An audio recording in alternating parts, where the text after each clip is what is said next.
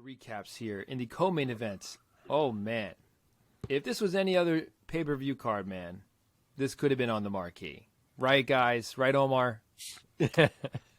Listen, I still don't know if has to be is necessarily accurate when it came to the marquee this week, but it will be what it will be. If you're listening to this, let us know if Omar is nuts to think that Grasso should have been on the marquee over John Jones, or if you happen to agree with him and you too are nuts. Well, this one was, marquee or not, an absolute stunner in the co-main event. Alexa Grasso defeated Valentina Bullet Shevchenko by submission via face crank. The official time, 4 minutes 34 seconds of round number 4. Oh my God. Was she getting dominated? No. Was she winning the fight? I didn't think so. And she pulled off this incredible back take off of a Valentina spinning heel kick. And it was electric, man. Omar, let me start with you. Alexa Grasso, your girl, tell us what your heart went through in those moments.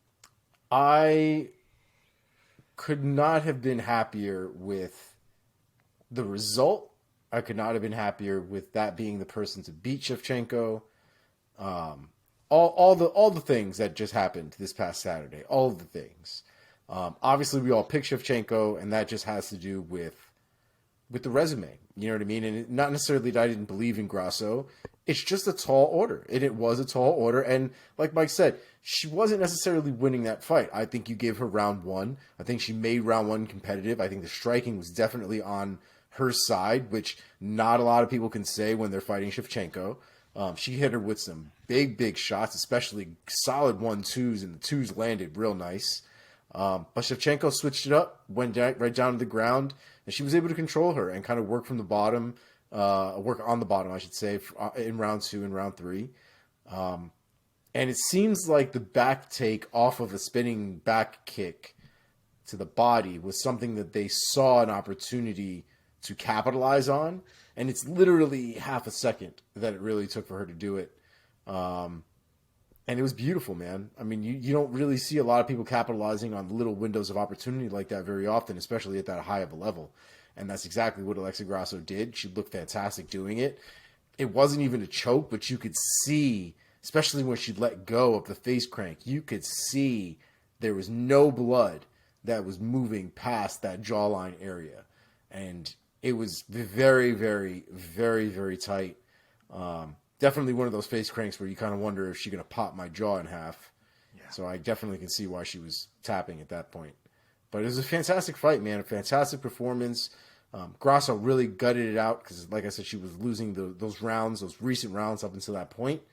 And Mexico's got a third champion in 2023. Let's fucking go, UFC Mexico. And the first female Mexican champion, no? Yes, sir. Yeah. Female born or Mexican-born female champion. Yes. Wow. Who else was Mexican that was not born there? They just made that distinction specifically for her. I'm trying to think if there was one. Mark, give us your take of Grasso getting this outstanding, stunning upset.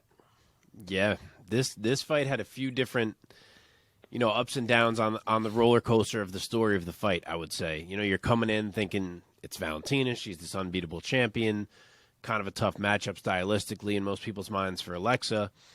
And then she comes out in round 1, and she's winning the striking. Like, Valentina still had some great counters. She was mixing in the kicks. They were effective. But overall, it was going Grasso's way. She was timing more than a few shots where she stepped in with something big. Valentina hadn't reacted.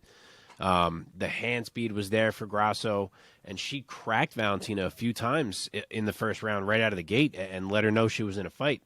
And I agree. I scored that round for Grasso.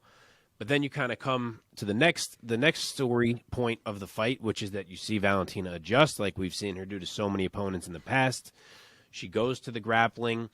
It guides her through the next 2 rounds. She had some really significant moments on the mat. There was a crucifix for a bit. Alexa had some good moments, too, where she was mostly defending well. If I remember, there was a guillotine at one point that she kind of had an attempt with.